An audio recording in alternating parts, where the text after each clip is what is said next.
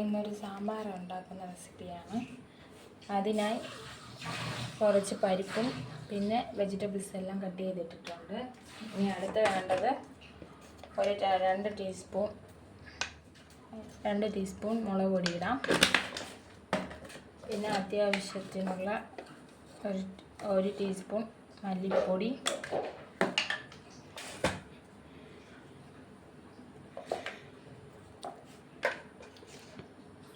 കാൽ ടീസ്പൂൺ മഞ്ഞൾപ്പൊടി.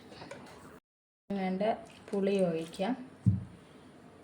അത്യാവശ്യത്തിന് വേണ്ട ഉപ്പും വെള്ളവും കായവും കൂടെ ചേർക്കുക. എല്ലാം കൂടെ മിക്സ് ചെയ്തു. ഇനി ഒരു 3-4 വിസിൽ അടിച്ചിട്ട് വരാം.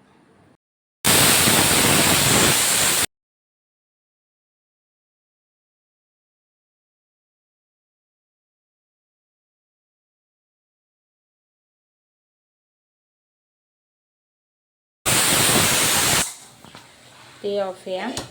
ഇനി പ്രഷർ പോകാൻ കുറച്ച് സമയം വെയിറ്റ് ചെയ്യും. എല്ലാവർക്കും ഇഷ്ടപ്പെട്ടാൽ ലൈക്ക് ചെയ്യുക, ഷെയർ ചെയ്യുക, സബ്സ്ക്രൈബ് ചെയ്യുക. അപ്പോൾ മറ്റൊരു വീഡിയോ ആയിട്ട് വരുന്നവരെ ബൈ.